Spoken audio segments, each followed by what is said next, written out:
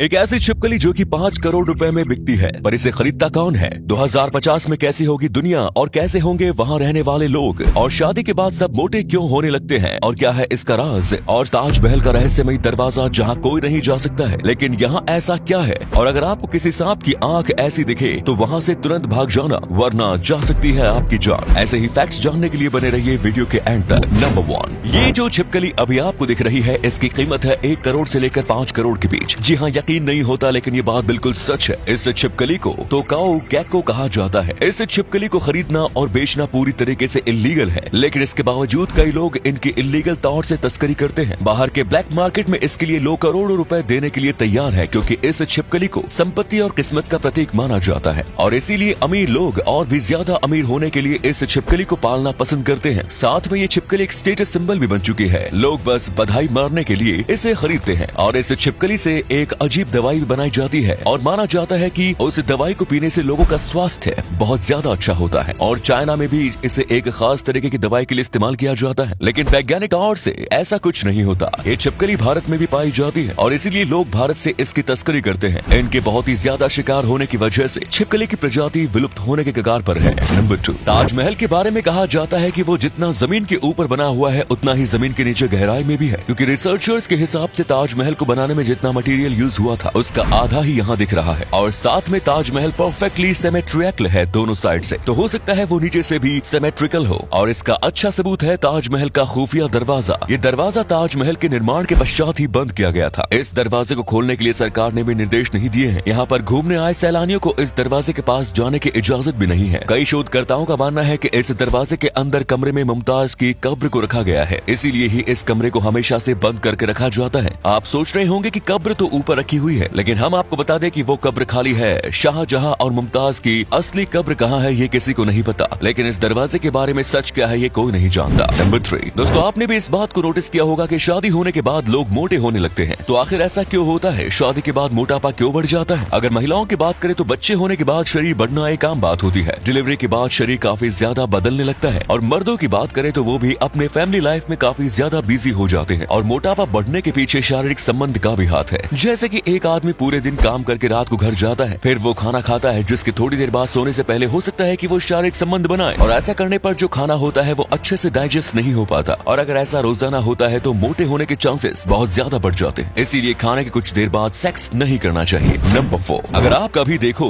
कि किसी सांप की आंख इस तरह दिख रही है तो आपको उससे जितना हो सके उतना दूर चले जाना चाहिए, क्योंकि इस वक्त सांप बहुत ही ज्यादा खतरनाक हो सकता है। क्योंकि आपको ये बात तो पता होगी कि सांप थोड़े थोड़े वक्त में अपने स्किन को निकालता है। वो ऐसा इसलिए करता है क्योंकि उसकी साइज बढ़ती है, और साइज बढ़ने पर उसे अपनी पुरानी चमड़ी निकालनी पड़ती है, लेकिन कई बार चमड़ी पूरी तरीके से नहीं निकलती। कुदरती तौर से चमड़ी निकालने के लिए सांप अपने आप को पत्थरों पर रगड़ता है, पर हर बार उसकी किस्मत अच्छी नहीं होती, और इसीलिए कई बार चमड़ी उसकी आंख में अटक जाती है, जिसके बाद वो अंधा हो जाता है, और ऐसे में वो यहाँ वहाँ कहीं पर भी फन मारता रहता है। और ऐसे में अगर आप उसके पास चले गए तो यकीनन वो आपके ऊपर हमला कर देगा। नंबर 5, क्या आपने सोचा है कि आखिर 2050 तक हमारी ये दुनिया कैसी होगी? रिपोर्ट के अनुसार 2050 तक समुद्र का लेवल काफी ज्यादा बढ़ जाएगा, और समुद्र के तट पर कई बड़े देश और आइलैंड पानी के अंदर समा जाएंगे। और तो और 2050 तक 50% लोगों की नौकरी चली जाएगी, क्योंकि वो काम अब रोबोट्स करेंगे। साथ में बच्चों का एजुकेशन डिजिटल हो जाएगा। आज के वक्त में भी ऑनलाइन क्लासेस चल रही हैं, लेकिन तब तक तो टेक्नोलॉजी काफी ज्यादा अच्छी हो जाएगी, और बच्चों की सारी पढ़ाई और एग्जाम्स ऑनलाइन ही करने को मिल जाएंगे, वो भी काफी अच्छी टेक्नोलॉजी के साथ। और ये भी मानना है कि 2050 तक जो ट्रेन है वो बिना फ्यूल के चलने लगेगी, बस मैग्नेटिक तरंगों के साथ, और ये बहुत ही ज्यादा तेज होगी। हजारों माइल्स का सफर बस कुछ घंटों या मिनटों में हो जाएगा। क्या आपको लगता है ऐसा होगा? अगर हाँ तो कमेंट्स में जरूर बताएं। नंबर 6, दोस्तों हम इंसान कई बार अपना काम करवाने के लिए लोगों को रख लेते हैं, और आजकल साफ सफाई के लिए नौकर को रखना तो एक आम बात हो गई है, लेकिन ऐसा बस हम इंसान ही नहीं करते। स्क्रीच उल्लू नाम की एक उल्लू की प्रजाति है, और ये ब्लाइंड स्नेक नाम के एक छोटे से सांप की प्रजाति को उठाकर अपने घोंसले में रख देती है, जिसके बाद ये छोटा सा सांप उल्लू के घोंसले के अंदर से सारे छोटे मोटे परजीवी कीटाणु को खा जाता है, जो कि उल्लू को नुकसान पहुंचा सकते हैं। वो ऐसा इसलिए करता है क्योंकि इससे ब्लाइंड स्नेक का पेट भरता है, और उल्लू को भी काफी ज्यादा फायदा होता है। ये एक सिम्बायोटिक रिलेशनशिप है, लेकिन एक तरीके से कह सकते हैं कि उल्लू ने अपने लिए नौकर रखा हुआ है। नंबर 7, अगर आप भारत में रहते हो